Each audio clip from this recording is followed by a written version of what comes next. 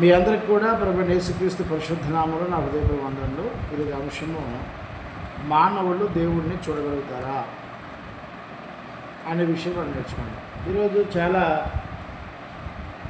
మన దేశంలో కానీ రాష్ట్రంలో కానీ లేదా ప్రపంచ దేశాల్లో కానీ మతాలు అనేవి చాలా వరకు ఉన్నాయి. ప్రతి మతం వారు చెప్పే మాట ఏంటంటే మేము దేవుని చూచాము, మేము దేవునితో మాట్లాడుతున్నాము అని చెప్పేవారు ఉన్నారు. ఇందులో ప్రత్యేకంగా చూస్తే నేటి క్రైస్తవ సమాజం మేము దేవుని చూచాము, దేవునితో మాట్లాడాము, దేవుడు మాతో మాట్లాడాడు అని చెప్తుంటారు. ఇది ఎంతవరకు వాస్తవం? ఇది వాక్యానుసారంగా ఇది జరిగే కార్యక్రమమా లేదా కాదా అనేది మనం ఆలోచించవలసినటువంటి అవసరం. మొదటి తిమోతి రాసిన పత్రిక 6:16 మొదటి తిమోతి రాసిన పత్రిక 6:16 సమీపింపరాని తేజస్సులో ఆయన మాత్రమే వర్షించుచు అమరత్వము గలవాడై ఉన్నాడు, మనుషులలో ఎవడును ఆయనను చూడనేరడు అన్నాడు.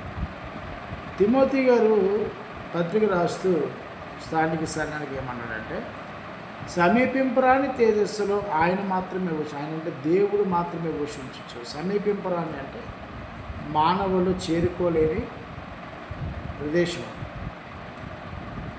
ఆయన మాత్రం అంటే దేవుడు మాత్రమే నివాసం చేస్తూ, అమరుడు అంటే చావు పుట్టుకలు లేనివాడు, అమరత్వం గలవాడై ఉన్నాడు, మనుషులలో ఎవడను ఆయనను చూడనేరడు. అంటే మనుషులు అంటే మొదట ఆదాము మొదలుకొని కడవరి మనుషుల వరకు ఎవరు కూడాను దేవుణ్ణి చూసే అవకాశము లేదు అని తిమోతి పత్రిక మనకి కన్ఫర్మ్గా సెలవిస్తా ఉంది.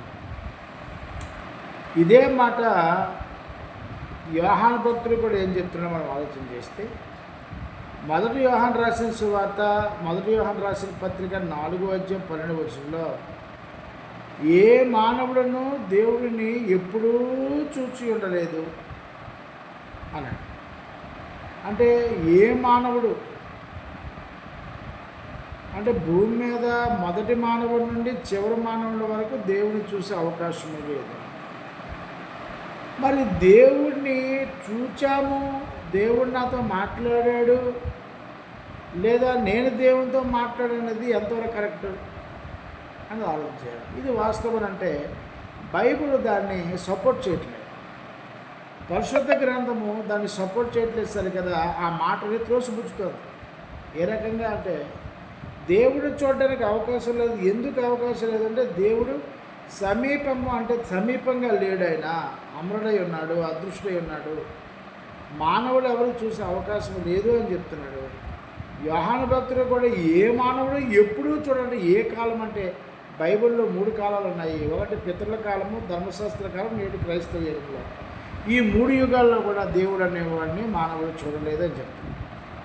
మరి దేవుణ్ణి ఎవడు చూశాడు అని చూస్తే ఒకే ఒక్కడు చూశాడు. దేవుడు ఒకే ఒక్కడిని చూశాడు. ఆయన ఎవరో చూద్దాము. యోహాను సువార్త 5:37 యోహాను సువార్త 5:37 మరియు నన్ను పంపిన తండ్రియే నన్ను గూర్చి సాక్ష్యం ఇచ్చుచున్నాడు అని. అంటే తండ్రి అయిన దేవుడు ఏమవుతాడని చెప్తాడు యేసు ప్రభు. తండ్రి, ఈ తండ్రే నన్ను పంపాడు, ఆయన నాకు చెప్తున్నాడు, ఆయన సాక్ష్యం ఇస్తున్నాడు. ఏమని?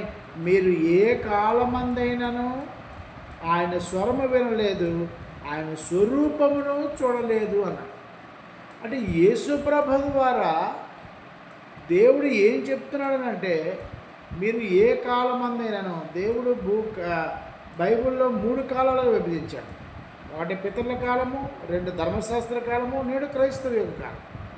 ఈ 3 కాలాల్లో మీరు దేవుడి స్వరము వినలేదు, ఆయన స్వరూపము చూడలేదు అన్నాడు. ఇది మీరు గమనించాలి. యేసు ప్రభు చెప్పిన తర్వాత కూడా మనం ఎందుకు కన్ఫ్యూజ్ అవ్వాలి? ఇక్కడ విషయం ఏంటంటే, పరిశుద్ధ గ్రంథంలో చాలా సందర్భాల్లో దేవుడు మాట్లాడను అనే సందర్భం ఉంటుంది. దాన్ని బట్టి ఏమనుకున్నారంటే మోషేతో మాట్లాడాడు, దేవుడు అనుకుంటున్నారు. వాస్తవానికి మోషే గారితో కానీ, అబ్రహాంతో కానీ, ఆదాముతో కానీ, యాకోబుతో కానీ, ఇస్సాకుతో కానీ, సమూయేలు ప్రవక్తతో కానీ, దానియేలు గారితో కానీ ఎవరైనా సరే నాటి భక్తులతో మాట్లాడిన అందరూ కూడా దేవదూతలే తప్ప దేవుడు కాదు. అంటే దేవుని యొక్క స్వరము దూతలను తీసుకెళ్ళి చెప్పి వేమని దేవుడు సెలవిస్తున్నాడు. కాబట్టి వాళ్ళు ఏమనుకున్నారంటే ఇది దేవుని యొద్ద వచ్చిన మాట కాబట్టి దేవుడే మాకు ఈ మాట మాట్లాడాడు అని వారు రూఢిగా నమ్మారు తప్ప దేవుడు నేరుగా మాట్లాడలేదన్న సంగతి మనం గ్రంథం ద్వారా చూస్తాం. ఆదికాండము 22వ అధ్యాయము 11-12 వచనాలు చూస్తే, ఆదికాండము 22వ అధ్యాయము 11-12 వచనాలు, యెహోవా దూత పరలోకము నుండి అబ్రహమా అని అతడు పిలిచాడు. అందుకు అతడు చిత్తము ప్రభువా అనెను. అప్పుడు ఆయన ఆ చిన్నవాని మీద చెయ్యి వేయకుము అని. అంటే ఇక్కడ ఈ మాట ఎలా ఉంది? ఆదికాండం 22-11-12 వచనంలో దేవుడే డైరెక్ట్గా మాట్లాడినట్టు రాశాడు గ్రంథకర్త కాదు. ఇప్పుడు చూడండి, దీన్ని పర్టికులర్గా మనం వివరిస్తున్నాడు. ఆదికాండము 22వ అధ్యాయం 15 వచనంలో యెహోవా దూత 2వ మార్లు పరలోకం నుండి అబ్రహామును పిలిచేట్లేదు అంటే ముందు మాట్లాడింది దూతే, రెండో మాట మాట్లాడింది దేవదూతే.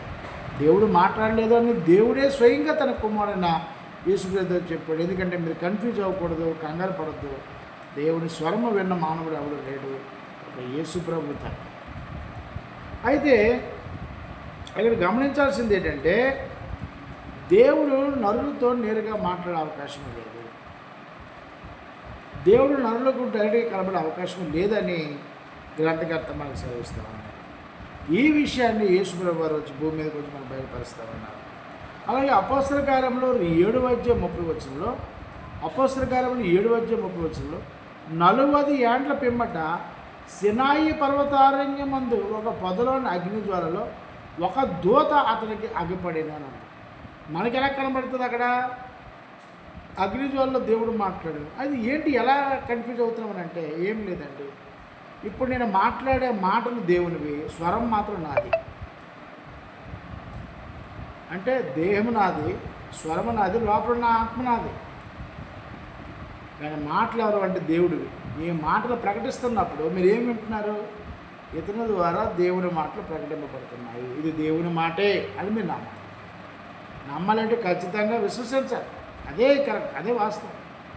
అలాగే దేవుడు దేవదూతల ద్వారా మాట్లాడినప్పుడు దేవదూతలు స్వరము దేవదూతలది, మాట మాత్రం దేవుని. అందుకే డైరెక్ట్గా వెళ్ళినప్పుడు ఇదిగో నేనే దేవుడికి మాట్లాడుతున్నాను అని అక్కడ సందర్భాన్ని సూచించాయి. భవిష్యత్తులో కూడా భక్తులు కానీ మనము కానీ మిస్యూస్ అవ్వకుండా, కాంట్రవర్సీలో గెలిపోకుండా, తప్పుడు అభిప్రాయానికి రాకుండా పరిశుద్ధాత్ముడు దాని వివరణని మళ్ళీ కొన్ని వేల సంవత్సరాల తర్వాత అపొస్తలులు చెప్తున్నాడు.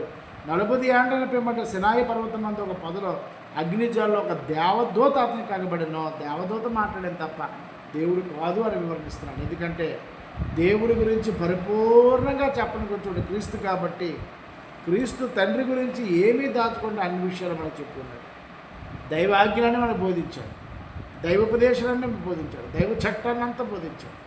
మానవ జాతి తమ ఆత్మను పరిశుద్ధపరచుకొని నిత్యజీవం పొందడానికి దేవుడు తన కుమారుని యేసుక్రీస్తు ద్వారా మాట్లాడాను అని హెబ్రీయులకు రాసిన పత్రిక 1వ అధ్యాయం 1-2 వచనంలో, పూర్వకాలమందు నానా సమయంలో నానా విధములుగా మన పూర్వీకులతో మన పితరులతో మాట్లాడిన దేవుడు అంత్యదినములందు తన కుమారుడైన యేసుక్రీస్తు ద్వారా మనతో మాట్లాడాను.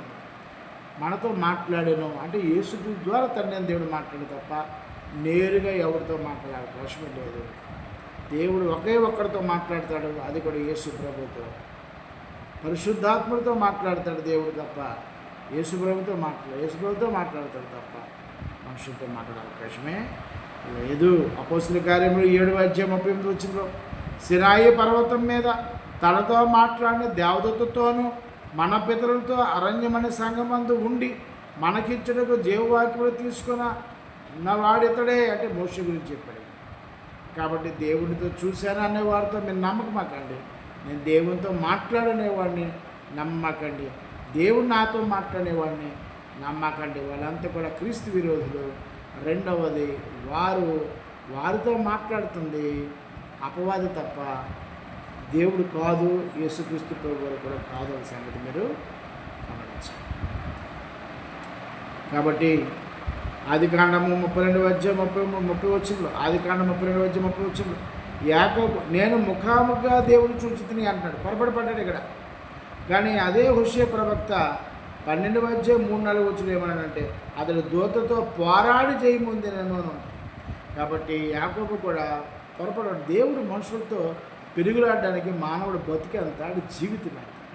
సర్వసృష్టికి అధికారైన దేవుడు మానవులను ఒక దోమతో చంపించి, ఒక టైఫాయిడ్ దోమచాడు, ఒక మలేరియా దోమచాడు, ఒక డెంగ్యూ దోమచాడు, ఒక కరోనా వైరస్ చాలు ఆయన వచ్చి మనుషులతో పెరుగులాడాడు. అది ఆయన అభిప్రాయపడ్డాడు తప్పుగా, ఆ సందర్భం వేరు. అలాగే నిర్గమాకాండము 3:2 ఒక పొద నడిపిన అగ్నిజ్వాలలు యెహోవా దూత అతనికి ప్రత్యక్షమైన అంటారు. హెబ్రీయులు రాసిన పత్రిక 2:2 ఎందుకనగా దేవదూతల ద్వారా పలుకుబడిన వాక్యము అని అంటారు. కాబట్టి దేవుడు ఆ కాలంలో అంటే పితరుల కాలంలో కానీ ధర్మశాస్త్రంలో కానీ దేవదూతల ద్వారా దేవుడు మాట్లాడాలి తప్ప, దేవదూతలు వచ్చి ప్రవక్తలతో మాట్లాడితే ప్రవక్తలు వచ్చి ఇశ్రాయేలు జనాంగంతో మాట్లాడారు తప్ప నేరుగా మాట్లాడే పరిస్థితి దేవుడికి లేదు. ఎందుకంటే యేసుప్రభు చెప్పాడు యోహాను సువార్త 5:30 మీరు ఏ కాలమందైనను ఆయన స్వరము వినలేదు, ఆయన స్వరూపము చూడలేదు. దేవుడు ఇలా ఉంటాడు అనేది ఎవరికి తెలియబడదు కూడా. కానీ యేసుప్రభు చెప్పారు, ఆయన రూపం చెప్పాడు. ఏ రూపం చెప్పాడంటే దేవుడు ఆత్మ గనుక అన్నాడు. నా యోహాను సువార్త 4:2 దేవుడు ఆత్మ అంటే దేవుడు ఏమంటే ఆత్మ కూడా ఎలా ఉంటుందో ఎవరికి కూడా తెలియదు. అది మన ఊహకులో ఇమాజినేషన్ చేసుకోవాల్సిన అవసరం అయితే లేదు అన్నాడు. కానీ మన నిర్గమాకాండము 23:20 దేవుడిని చూస్తే చస్తావు అన్నాడు.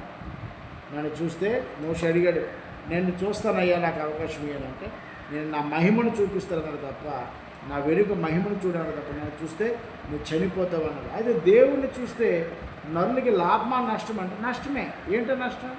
చనిపోతావు. అందుకే దేవుడు నీకు కనబడాలి, అందుకే దేవుడినితో మాట్లాడాలి. దేవుణ్ణి చూడాలి అంటే, దేవుని స్వరం వినాలి అంటే చావు పుట్టుకు లేనివాడై ఉండాలి, ఆది అంతం లేనివాడై ఉండాలి, మొదటివాడు కడపటివాడై ఉండాలి, దేవుని యొద్ద సకల యుగములు దేవునితో సమానుడై ఉండాలి. ఆవాడే మనవాడు, తన దేవుని తనవాడుగా చేసుకున్నవాడు ప్రభువైన యేసుక్రీస్తు. యేసుప్రభు దేవుని యొద్ద సృష్టికి ముందున్నవాడు, సృష్టి ప్రారంభం ఉన్నవాడు, నేడు ఉన్నవాడు. ఆయన దేవుడితో సమానుడు, దేవత్వం కలిగినవాడు, దైవత్వం కలిగినవాడు, దేవుడి యొక్క సృష్టిలో పాలిభాగస్తులైనవాడు, ఈ సృష్టి కార్యక్రమంలో మొదటివాడు. అందుకే ఆయన ప్రకటన గ్రంథంలో కూడా మనకు అనేక మాటలు ఏం చెప్తున్నాడు, నేను మొదటివాడను కడపడివాడను, నేను మృతుడనైతేనే కానీ సజీవుడిగా ఉన్నాను, అల్ఫయు ఒమేగా నేనే అనే సంగతి అంత ఖరాఖండిగా ఎందుకు చెప్పాడంటే ఆయన దేవుని యొద్ద ఉన్నవాడు కనుక. ఆయన దేవుని యొద్ద వచ్చినవాడు కాబట్టి అలాంటి వాడే దేవుడిని చూడగలడు, అలాంటి వాడే దేవుడి యొక్క స్వరమును వినవాడు. మనం మొదటి వారం కాదు, దేవుని చేత సృష్టింపబడినవాడు. ఏదైనా తోటలో మొదటి మానవుడైన ఆదాములో నుండి మనంత సృష్టింపబడినవాడు. యేసు ప్రభు సృష్టింపబడినవాడు కాదు, సృష్టిలో ఉన్నవాడు, దేవుని యొద్ద ఉన్నవాడు, దేవుని కుడిపార్శ్వమున ఆశ్రయుడై కూర్చున్నవాడు, దేవుని చేత అధికారం పొంది నేడు మనకు అధికారిగా ఉన్నవాడు. కాబట్టి యేసు ప్రభు దేవుడితో మాట్లాడతాడు. అయితే మరి ఇలా అంతా మాట్లాడుతున్నారంటే ఇలాంటి క్రీస్తు విరోధులు మనం 2 కొరింథీయులకు రాసిన పత్రిక 11:11 2 కొరింథీయులకు రాసిన పత్రిక 11:11 చూస్తే వారంతా వెలుగుదోత వేషం వేసుకున్న వారు అన్నారు. అంటే భ్రమపరిచే ఆత్మ వెలుగుదోత వేషం తప్ప యేసు ప్రభు కానీ తండ్రి అయిన దేవుడు కానీ పరిశుద్ధాత్ముడు కానీ నేరుగా మాట్లాడే అవకాశం లేదు. వారు ఎవరికి కనబడరు, వారి స్వరాలు ఎవరు మనకు కనబడరు. దేవుడు ఎవరితో మాట్లాడుతారంటే తన కుమారుని యేసుక్రీస్తు ద్వారా మాట్లాడాడు. ఎలా మాట్లాడంటే గ్రంథస్థం చేయబడేది అపోస్తలుల ద్వారా, ఆ గ్రంథంలో ఉన్న విషయం ద్వారా మనతో మాట్లాడుతుంది తప్ప వ్యక్తిగతంగా మాట్లాడే అవకాశం లేదు. అలాగే ఎవరైనా సరే దేవుడు నాతో మాట్లాడుకుంటే అది భ్రమపరిచే ఆత్మ అండి. దయతో గమనించండి, మీరు దేవునితో మాట్లాడిన ఫీల్ అయితే అది భ్రమపరిచే, మీరు ఒక ట్రాన్స్లో ఉన్నారు అని మీరు అర్థం చేసుకోవాలి. మీ భక్తి ఒక పీచ్కి వెళ్ళిపోయింది, అది ఒక ట్రాన్స్. ఎలాగైతే ఒక సినిమా పాట వచ్చినప్పుడు మన బాడీ ఎంత వైబ్రేట్ అవుతుందో, లేదా భక్తి గల పాట పాడినప్పుడు వాళ్ళు మెలోడీ సాంగ్ అయినప్పుడు మనకు తెలియకుండా కన్నీరు వస్తాయో, అలాంటి ట్రాన్స్లో కూడా భక్తిని భావంతో ట్రాన్స్లోకి వెళ్ళిపోయి ఇదిగో నా దేవుడు మాట్లాడారు అంటే చాలామంది అనుకుంటున్నారు, తప్పు. రెండోది ఏంటంటే చాలామంది మీ దేవుడు మాట్లాడతాడు, నా దేవుడు గొప్పవాడు, సజీవుడు, ఆయన మాట్లాడితే మీరు నమ్మండి అన్నారు.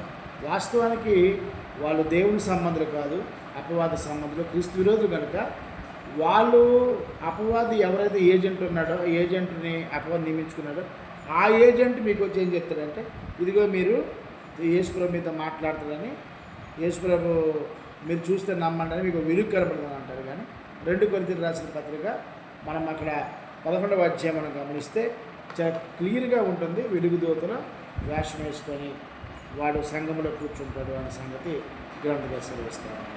దయచేసి వారు నమ్మకండి, దేవుడు ఎవరితో మాట్లాడటం, నిజంగా దేవుడితో మాట్లాడని విశ్వసిస్తే పరిశుద్ధ గ్రంథంలో ఉన్న విషయాలు ఆది కాండం నుండి ప్రకటన 22వ అధ్యాయం వరకు చదవండి. లేదా అక్కడ ఉన్నటువంటి మంచి దైవజనులు ఎవరైనా వాక్యం తెలిసిన దైవజనులు, క్రీస్తు సంఘాలు ఉంటాయి, అవి సత్య సంఘాలు, అవే దేవుడు కట్టిన సంఘాలు. మేమంతా అందులో సభ్యులు. మనకు ఏమైనా నేర్చుకోవాలంటే అక్కడ ఉన్న ప్రాంతంలో ఉన్న క్రీస్తు సంఘాలకు వెళ్ళి సత్యం నేర్చుకోండి. అంతే తప్ప ఏది పడుతుంది నమ్మి విశ్వసించి మీ ఆత్మను నేను నరకంలోకి పెట్టుకోకండి. మీ అందరికీ, మీ కుటుంబాలకు నా హృదయపూర్వక వందనములు. ఈ వీడియో నచ్చితే లైక్ చేయండి, షేర్ చేయండి, కామెంట్ చేయండి, మీ అభిప్రాయాన్ని మాకు తెలియజేయండి. మీ అందరికీ కూడా నా హృదయపూర్వక